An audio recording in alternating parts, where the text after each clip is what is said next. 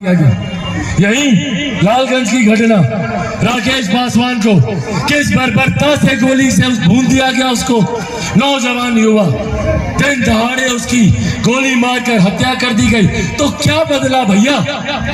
से चिराग पासवान टूट जाएगा।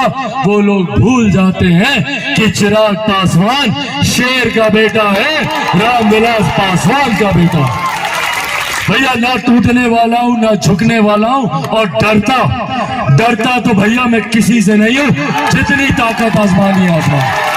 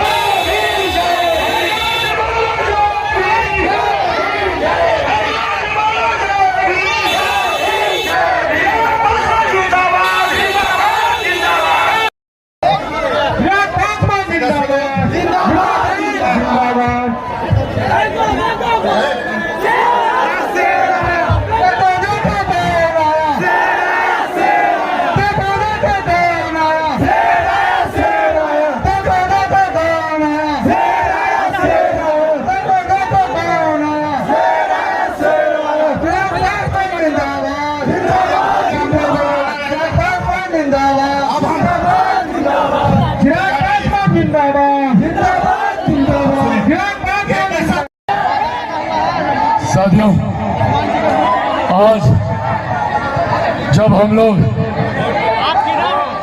14 अप्रैल डॉक्टर बाबा साहेब भीमराव अंबेडकर जी के जयंती दिवस समारोह के उपलक्ष्य में जब हम लोग आज एकत्रित हुए हैं,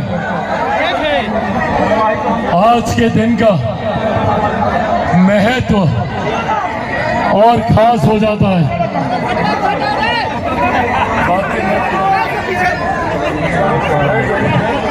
उन लोगों ने हमें और बांटने का काम किया।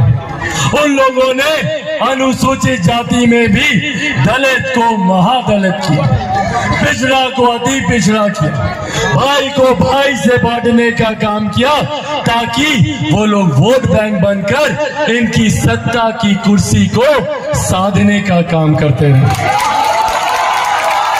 साथियों, आज ये बातें आप लोगों को इसीलिए बता रहा हूं कि ये हम लोग को समझना जरूरी है कि किन लोगों ने बांटने की राजनीति के तहत भाई को भाई से अलग करने का काम किया।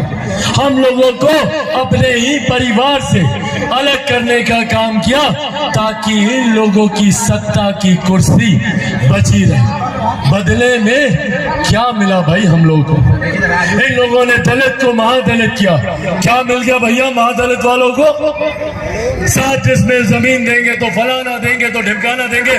मिला कुछ? क्या बोले थे पिछले चुनाव से पहले कि अगर किसी दलित परिवार में हत्या होगी तो उसको सरकारी नौकरी दी जाएगी। मिली किसी को सरकारी नौकरी?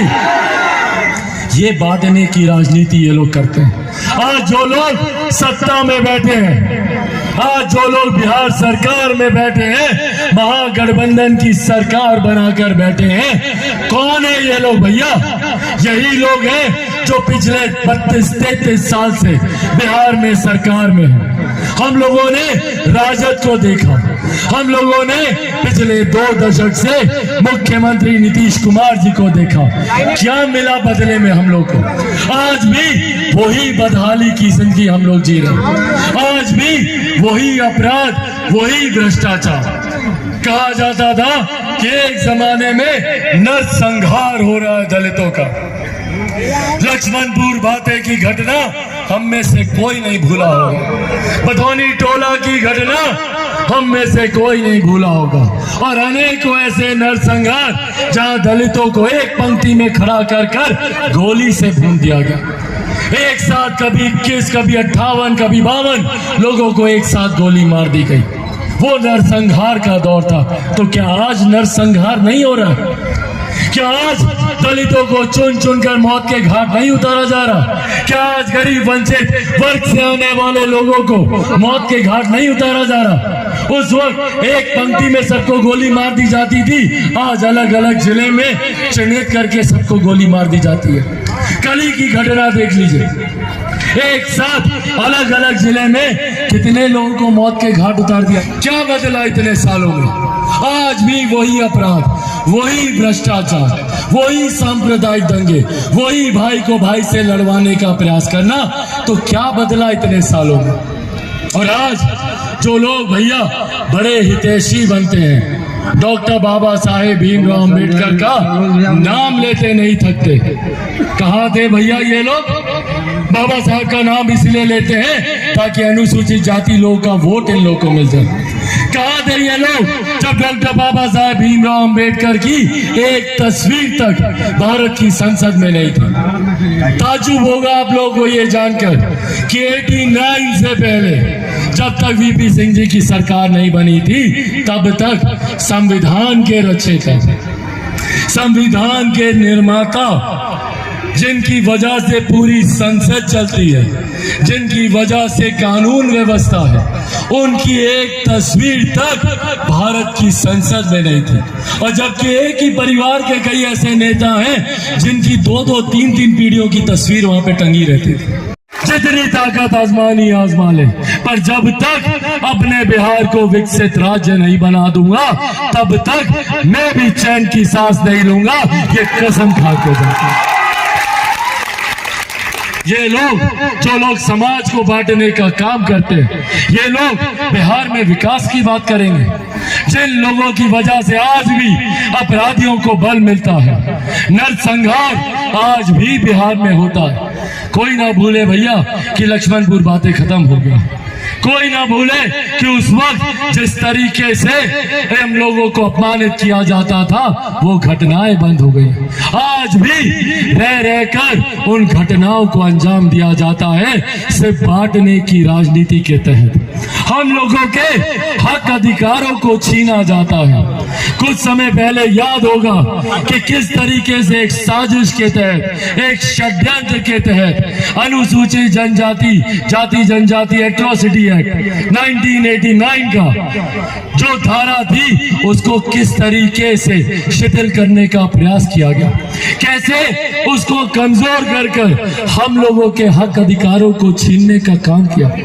उस वक्त अगर हमारे नेता आदरणीय रामविलास पासवान जी नहीं होते, उस वक्त अगर आप लोगों के आशीर्वाद से चिराग पासवान भारत की संसद में नहीं होता, तो इन लोगों ने पूरा षड्यंत्र रचा था उसको समाप्त करने का। ये देन है हमारे नेता आदरणीय रामविलास पासवान जी की कि पहले से भी ज्यादा सशक्त ये कानून हुआ। और ये सोच दर्शाता है, ये सोच दर्शाता है उस वक्त किसी की जुबान नहीं खुली थी, रोकने का काम किया।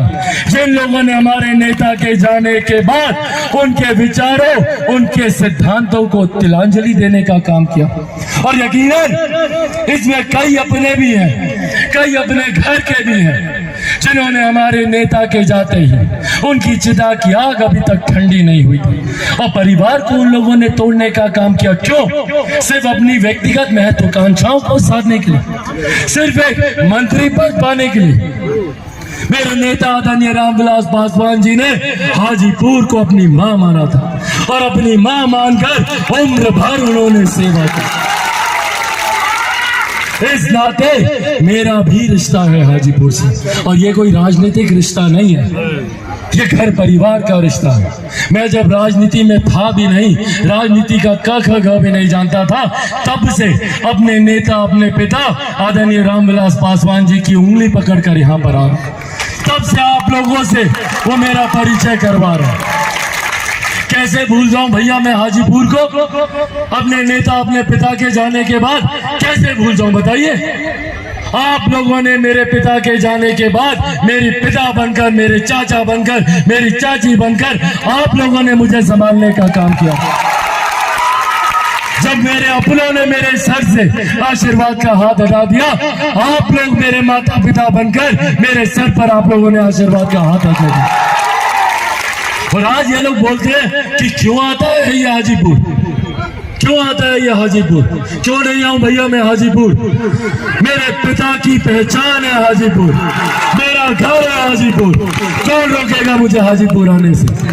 एक एक दिल में बसता हूँ, एक एक घर में बसता हूँ। और याद से नहीं, मेरे नेता मेरे पिता ने बचपन से ये संस्कार मुझे दिए। और चिराग पासवान जब तक जीवित रहेगा, मेरे पिता की अंतिम सांस तक उनकी डोर हाजीपुर से बंधी हुई थी। उनके जाने के बाद भी वो हाजीपुर से बंधे हुए, और चिराग पासवान भी जब तक जिंदा रहेगा वो हाजीपुर का रहेगा। इस बात को